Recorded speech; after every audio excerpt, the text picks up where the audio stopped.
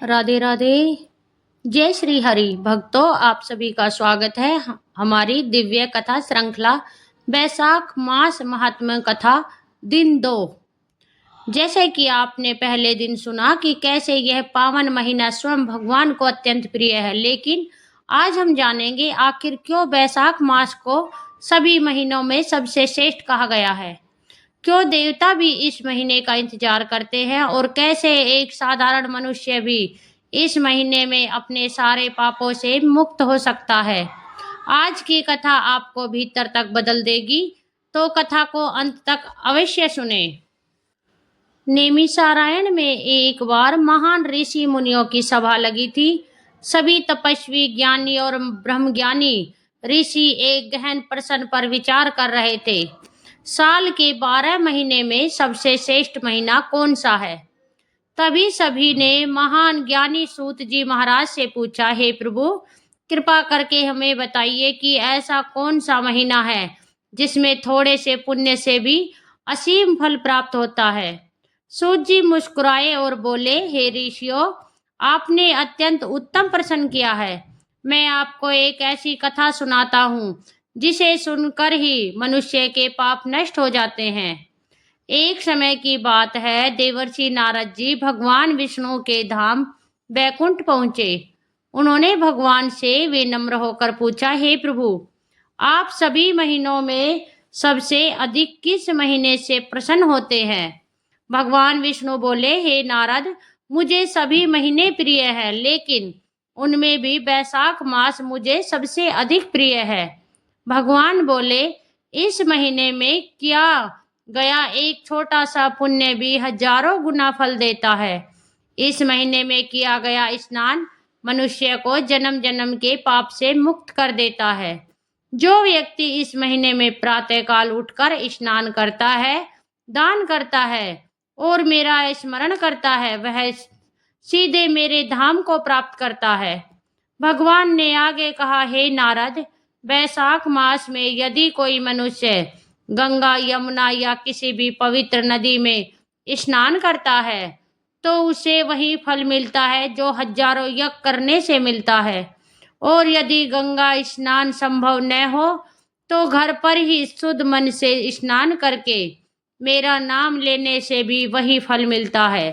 भगवान बोले, बैसाख मास में किया गया दान सबसे अधिक फलदायी होता है। विशेष रूप से जो व्यक्ति जल का दान करता है और जो व्यक्ति अन्न का दान करता है, जो व्यक्ति वस्त्र का दान करता है, जो व्यक्ति छाया दान करता है, ये सब मनुष्य को सीधे स्वर्ग के मार्ग पर ले जाते हैं। नारद जी ने पूछा, हे प्रभु, यदि कोई व्यक्ति बहुत पापी हो तो क्या वह भी इस महीने में मुक्त हो सकता है? भगवान बोले, हे नारद, यदि कोई व्यक्ति अत्यंत पापी भी हो लेकिन वह बैसाख मास में सच्चे मन से एक दिन भी मेरा नाम ले ले, एक बार भी स्नान कर ले, एक बार भी दान कर दे, तो उसके सारे पाप नष्ट हो जाते हैं। सूत जी ने कहा, बैसाख मास में इन नियमों का पालन अवश्य करना चाहिए। भक्त को चाहिए ब्रह्म मुहूर्त में उठ करके स्नान करके भगवान का स्मरण करे, उसके बाद वह तुलसी की पूजा करे, फिर दीप दान करे और जल का भी दान करे और पूरे दिन व्रत रखे। अब सूत जी बोले, हे ऋषियों, मैं आपको एक सच्ची घटना सुनाता हूँ। एक ऐसा पापी ब्राह्मण जिसने जीवन भर कोई पुण्य नहीं किया, लेकिन केवल बैसाख मास के प्रभाव से उसका जीवन बदल गया। सूत जी ने कहा, यह एक सच्चाई है, यह एक चेतावनी है और यह एक चमत्कार है। यह कथा है एक ऐसे ब्राह्मण की जो जीवन भर पाप करता रहा, लेकिन अंत में समय में बैसाख मास ने उसकी किस्मत बदल दी। बहुत समय पहले की बात है, एक नगर में एक ब्राह्मण रहता था। नाम था दुर्मति।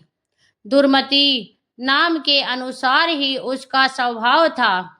वह हमेशा झूठ बोलता था, वह चोरी करता रहता था, दान कभी नहीं करता था, भगवान का नाम तक नहीं लेता था। वह केवल अपने स्वार्थ के लिए जीता था। वह धर्म के कोई काम नहीं करता था, न ही कोई पूजा पाठ करता था। उसको पता नहीं था भक्ति क्या होती है। धीरे धीरे पूरे नगर उससे नफरत करने लगा। कोई उसे अपने घर नहीं बुलाता, कोई उससे बात तक नहीं करता था। यहाँ तक कि उसके अपने परिवार ने भी उसे छोड़ दिया। एक दिन दुर्मति बहुत बीमार पड़ गया। उसके पास न तो धन था, न कोई अपना। वह अकेला एक झोपड़ी में पड़ा पड़ा मृत्यु का इंतजार कर रहा था। जब मृत्यु पास आई तो दुर्मति को अपने पाप याद आने लगे। मैंने जीवन में क्या किया? किसी की मदद नहीं की, भगवान का नाम तक नहीं लिया। वह अंदर से टूट गया। उसी समय पवित्र बैसाख मास शुरू हुआ। सूरज की किरणें पृथ्वी को तपाने लगी और उसी के साथ धर्म का प्रकाश भी फैलने लगा। एक दिन एक संत उस नगर में आए। वे हर घर जाकर लोगों को बैसाख मास का महत्व समझा रहे थे। जल दान करो, सुबह प्रातःकाल स्नान करो, फिर भगवान का नाम लो। चलते चलते संत दुर्मति की झोपड़ी के पास पहुंचा। उन्होंने देखा एक कमजोर, बीमार, टूटा हुआ इंसान मृत्यु के कगार पर पड़ा है। संत ने पूछा, हे ब्राह्मण, तुम इतने दुखी क्यों हो? दुर्मति रो पड़ा, हे महात्मा, मैंने जीवन भर केवल पाप किए हैं। अब मृत्यु सामने है, मुझे कोई बचा नहीं सकता। संत मुस्कुराए और बोले, नहीं, अभी भी समय है। यह बैसाख मास चल रहा है। यदि तुम सच्चे मन से एक छोटा सा पुण्य कर लो तो तुम्हारा जीवन बदल सकता है। दुर्मति ने कमजोर आवाज में पूछा, मैं क्या कर सकता हूँ? संत बोले, तुम उठ नहीं सकते तो कोई बात नहीं, बस अपने हाथ से एक लोटा जल किसी प्यासे को दे दो। उसी समय एक प्यासा यात्री वहां से गुजर रहा था। वह बहुत थका हुआ था। दुर्मति ने कांपते हुए हाथों से एक लोटा पानी उठाया और उस यात्री को दे दिया। जैसे ही उसने जल दान किया, उसके मन में एक अजीब शांति आ गई। पहली बार उसने निस्वार्थ भाव से कुछ किया था। कुछ ही समय बाद दुर्मति की मृत्यु हो गई। जैसे ही उसकी आत्मा निकली, भयानक यमदूत वहां आ पहुंचे। वे उसे पकड़कर नरक ले जाने लगे। तभी आकाश से दिव्य प्रकाश उतरा और वहां प्रकट हुए विष्णुदूत। यमदूत बोले, यह पापी है, इसे हम नरक ले जाएंगे। विष्णुदूत बोले, रुको, इसने बैसाख मास में जल दान किया है। यह पुण्य इसके सारे पापों से बड़ा है। यमदूत चकित रह गए। उन्हें पीछे हटना पड़ा। विष्णुदूत दुर्मति की आत्मा को लेकर सीधे बैकुंठ चले गए। सूत जी बोले, हे ऋषियों, देखा आपने, एक छोटा सा पुण्य यदि बैसाख मास में किया जाए तो वह जीवन बदल देता है। चाहे व्यक्ति कितना भी पापी हो, यदि वह सच्चे मन से बैसाख मास में पुण्य करे तो भगवान उसे अवश्य क्षमा करते हैं। लेकिन कथा अभी समाप्त नहीं हुई है। आपने अभी तक देखा कैसे एक पापी ब्राह्मण भी सिर्फ एक लोटा जलदान से मोक्ष प्राप्त कर गया। लेकिन अब सवाल यह है, अगर कोई व्यक्ति पूरे नियमों के साथ बैसाख मास का पालन करे तो उसे क्या मिलेगा? आज का यह भाग आपके जीवन को बदल सकता है। सूत जी बोले, हे ऋषियों, अब मैं आपको बैसाख मास के गुप्त नियम और रहस्य बताता हूँ। जो इन्हें अपनाता है वह इस जन्म में ही सुख और अंत में मोक्ष प्राप्त करता है। बैसाख मास में सुबह 4 बजे के आसपास उठना चाहिए। यह समय देवताओं का होता है। इस समय उठकर भगवान का नाम लेने से 1000 गुने पुण्य मिलता है। सूर्य उदय से पहले स्नान करना चाहिए। यदि गंगा स्नान संभव हो तो सर्वोत्तम, नहीं तो घर पर ही शुद्ध जल से स्नान करें। स्नान करते समय मन में कहे, हे भगवान, मेरे सभी पापों को धो दीजिए। सिर्फ यह भाव ही आपको पवित्र कर देता है। वैशाख मास में तुलसी माता की पूजा अत्यंत शुभ और फलदायी मानी गई है। प्रतिदिन तुलसी माता को जल अर्पित करें, तुलसी माता के सामने दीपक जलाए और तुलसी माँ की 108 परिक्रमा करे। जो व्यक्ति वैशाख मास में तुलसी के सामने दीप जलाता है उसे लक्ष्मी जी की कृपा स्वतः प्राप्त होती है। शाम के समय मंदिर या घर में दीपक जलाए। यह केवल दीप नहीं बल्कि आपके जीवन के अंधकार को मिटाता है। गर्मी के इस महीने में प्यासे को जल पिलाना सबसे बड़ा धर्म माना गया है। एक लोटा जल दान 1000 यज्ञ के बराबर पुण्य। यही कारण है कि दुर्मति को मोक्ष मिला। गरीबों को भोजन कराना अत्यंत फलदायी है। विशेष रूप से भोजन में खिचड़ी का दान करना चाहिए। अगर हो सके तो फल का दान अवश्य करें और शीतल जल जरूर पिलाएं। प्यासे यात्री को शीतल जल पिलाना चाहिए। इससे भगवान की अपार कृपा होती है। वैशाख मास भगवान विष्णु को अत्यंत प्रिय है। इसमें ओम नमो भगवते वासुदेवाय इस मंत्र का जाप करें। सूत जी बोले, वैशाख मास के कुछ दिन अत्यंत चमत्कारी होते हैं। एकादशी के दिन किया गया दान और पुण्य व्रत बहुत ज्यादा फलदायी माना गया है। अक्षय तृतीया के दिन किया गया दान परम पद की प्राप्ति कराता है और पूर्णिमा के दिन किया गया दान अत्यंत फलदायी है। अब अक्षय तृतीया का रहस्य, इस दिन किया गया पुण्य कभी समाप्त नहीं होता, इसलिए इसे अक्षय कहा गया है। यदि कोई व्यक्ति इन सभी नियमों का पालन न कर सके तो भी केवल एक काम कर ले, हर दिन एक व्यक्ति को जल पिला दे, उसके जीवन में शांति आएगी। उसके जीवन के जितने भी कष्ट हैं वो धीरे धीरे दूर हो जाएंगे और अंत समय में वह मोक्ष को प्राप्त होगा। सूत जी बोले, हे ऋषियों, वैशाख मास केवल एक महीना नहीं है, यह भगवान की कृपा पाने का अवसर है। भक्तों, अगर आप भी चाहते हैं कि आपके जीवन के कष्ट दूर हो, घर में सुख शांति आए और भगवान की कृपा आप पर बनी रहे, तो इस वैशाख मास में कम से कम एक पुण्य कार्य अवश्य करें। अब सुनिए सीता नितनेम की कहानी।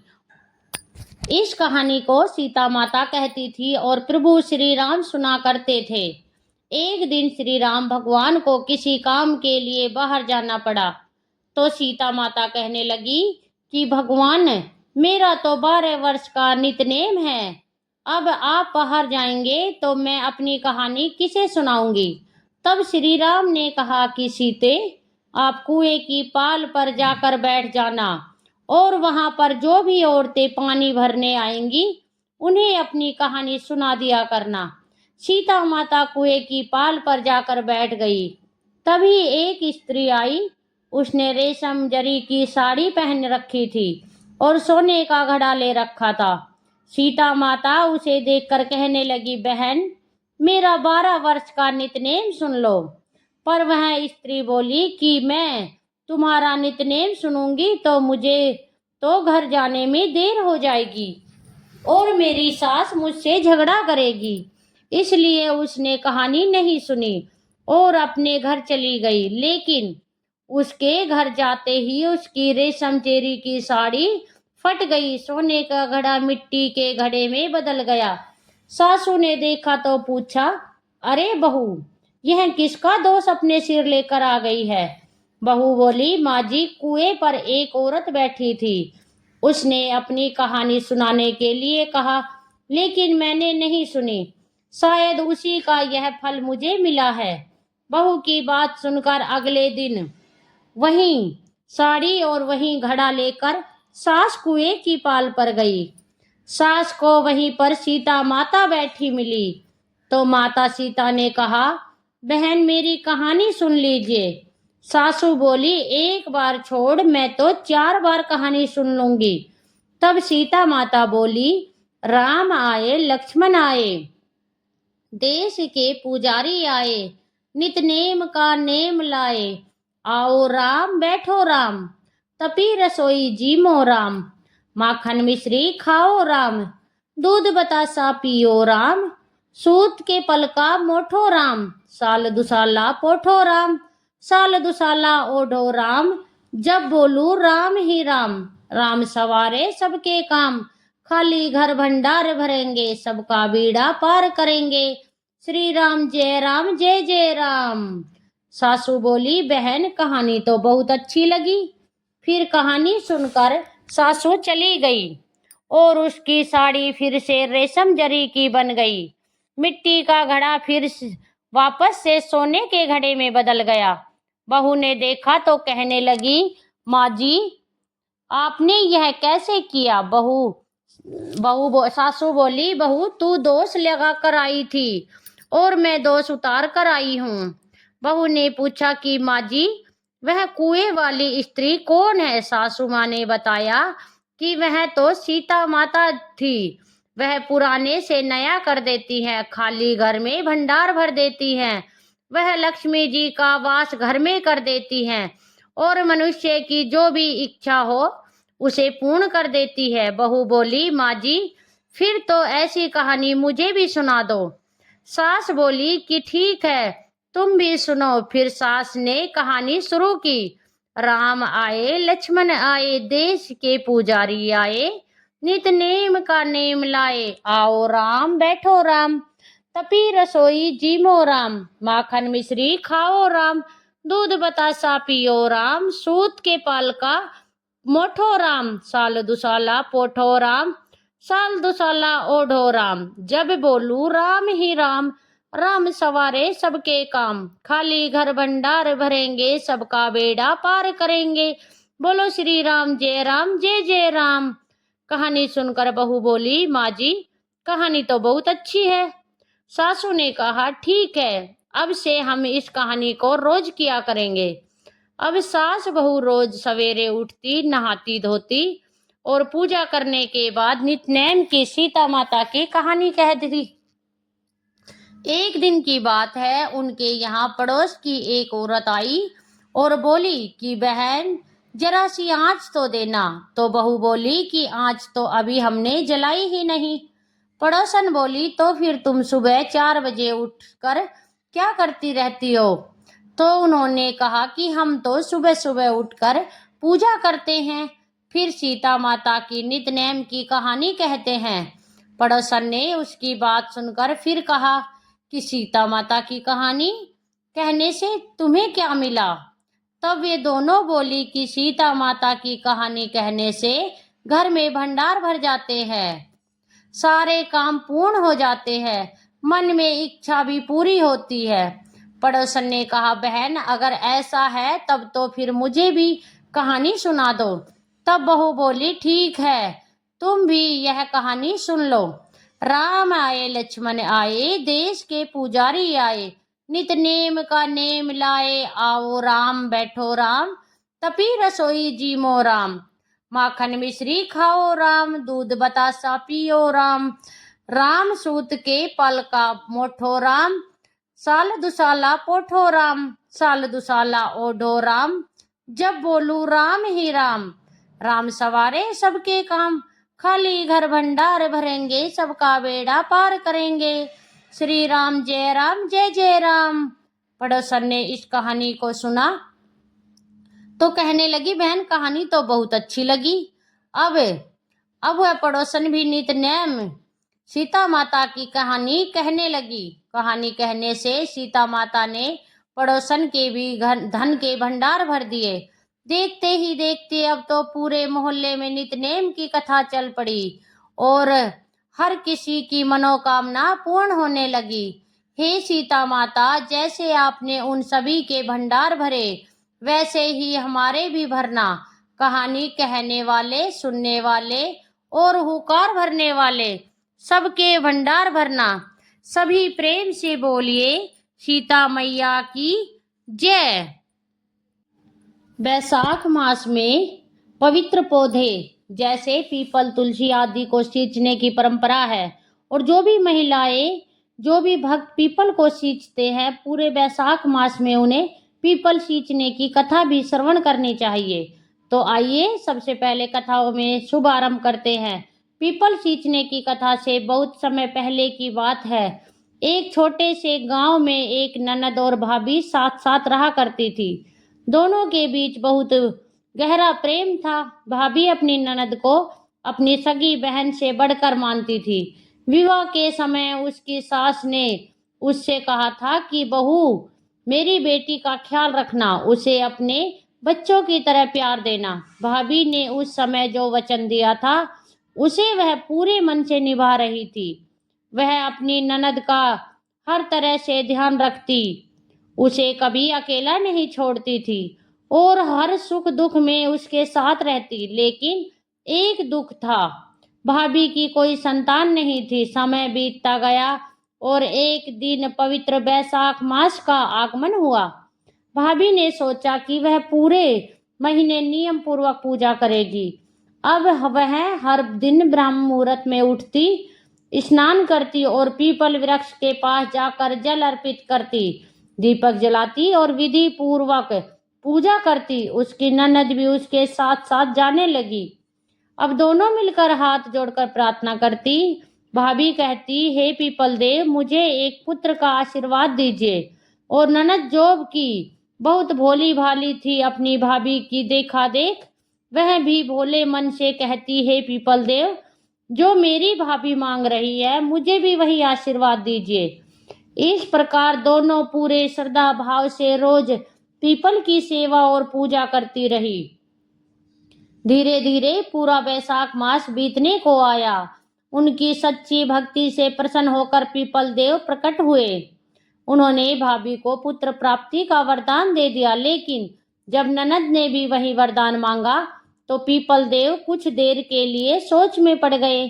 पीपल देव सोचने लगे, यह तो अभी कुंवारी है, इसे पुत्र का वरदान कैसे दिया जाए। परंतु उसकी निष्कपट भक्ति और बार बार की प्रार्थना को देखकर उन्होंने उसे भी पुत्र रत्न का वरदान दे दिया।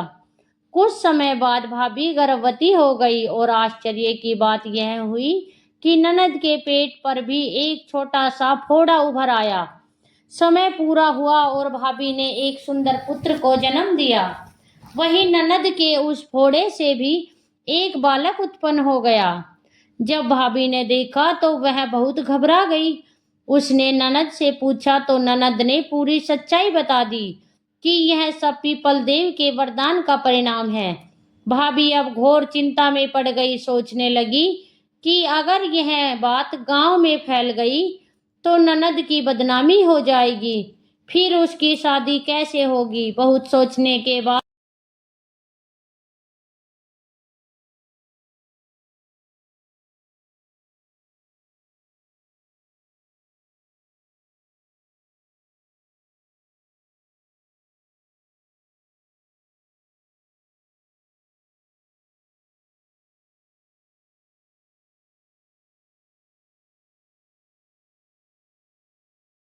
कि तभी उसका बच्चा रोने लगा।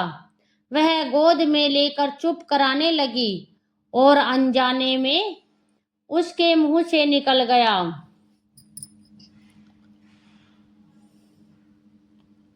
अनजाने में बार बार कहने लगी, बिना बाप के कन्हैया तू कहाँ से आया। ठीक उसी समय उसका भाई वहां आ गया और उसने यह बात सुन ली जो उसकी बहन बोल रही थी। इधर जब भाभी वापस आई तो लड़की के भाई ने उससे सारी बात जानने की जिद की। पहले तो भाभी टालती रही, लेकिन अंत में उसने अपने पति को पूरी बात बता दी। यह सुनकर लड़की का भाई बहुत चिंतित हो गया। सोचने लगा कि अब मेरी बहन की इज्जत का क्या होगा, कौन उससे शादी करेगा। वह दुखी होकर उस बच्चे को लेकर पीपल वृक्ष के पास गया और बोला, हे पीपल देव, यह आपने क्या किया। मेरी बहन तो नादान थी, लेकिन आप तो सब जानते थे। अब इस बच्चे की जिम्मेदारी आप ही संभालिए। ऐसा कहकर उसने बच्चे को पीपल के चबूतरे पर रख दिया। तभी एक अद्भुत चमत्कार हुआ। पीपल का वह पेड़ 2 हिस्सों में बट गया और वह बच्चा उसमें समा गया। साथ ही चबूतरे में भी एक दरार पड़ गई। समय बीतता गया। कुछ समय बाद भाई भाभी ने अपने घर में एक बड़ा हवन करवाने का निश्चय किया। पूरे गांव को निमंत्रण दिया। पंडित जी ने हवन शुरू किया, लेकिन आश्चर्य, अग्नि प्रज्वलित ही नहीं हो पा रही थी। घी डाला गया, मंत्र पढ़े गए, बहुत प्रयास किए गए, लेकिन अग्नि थी कि जल ही नहीं रही थी। तभी गांव के एक बुजुर्ग ने कहा, लगता है किसी अपने को बुलाना रह गया है। लेकिन भाई ने कहा, मैंने तो सबको बुलाया है। तभी पास के आश्रम से एक ज्ञानी संत को बुलवाया गया। उन्होंने ध्यान लगाकर कहा कि तुमने अपने भांजे को नहीं बुलवाया, इसलिए हवन पूर्ण नहीं हो रहा है। अब भाई चौंक गया, बोला, मेरा तो कोई भांजा ही नहीं। तब संत बोले, वही भांजा जिसे तुम पीपल को सौंप आए थे। अब तो भाई ने सबके सामने पूरी सच्चाई बता दी। यह सुनकर गांव वाले बोले, इसमें शर्म की क्या बात है, यह तो देवता का आशीर्वाद है। फिर तो सभी ढोल नगाड़ों के साथ पीपल वृक्ष के पास पहुंचे और प्रार्थना करने लगे। तभी फिर से चमत्कार हुआ। पीपल का पेड़ 2 भागों में बट गया और वह बालक सही सलामत बाहर आ गया। देखकर सभी लोग खुशी से झूम उठे। वे उस बच्चे को बड़े सम्मान के साथ घर लेकर आए और पुण्य हवन शुरू हो गया। इस बार हवन की अग्नि तुरंत प्रज्वलित हो उठी और पूरा वातावरण दिव्यता से भर गया। तभी से यह मान्यता प्रचलित हो गई कि वैशाख मास में पीपल वृक्ष की पूजा करने से निसंतानों को संतान सुख मिलता है, निर्धन को धन मिलता है, कुंवारों को योग्य जीवन साथी मिलता है और हर मनोकामना पूर्ण होती है। इसलिए भक्तजनों, सच्चे मन और श्रद्धा से की गई भक्ति कभी व्यर्थ नहीं जाती। प्रिय भक्तजनों, वैशाख मास वह पावन अवसर है जब भगवान श्री हरि विष्णु अपने भक्तों की छोटी से छोटी भक्ति से भी प्रसन्न होकर उन्हें अनमोल फल प्रदान करते हैं। तो दोस्तों, आपको यह वीडियो कैसी लगी? कमेंट्स बॉक्स में जय श्री हरि अवश्य लिखें। हम हर दिन वैशाख मास का महत्व अपनी चैनल पर अपलोड करते रहेंगे। अगर कोई सुनना चाहता है तो प्लीज़ हमारे चैनल को सब्सक्राइब कर ले और वीडियो को लाइक और कमेंट करना ना भूले।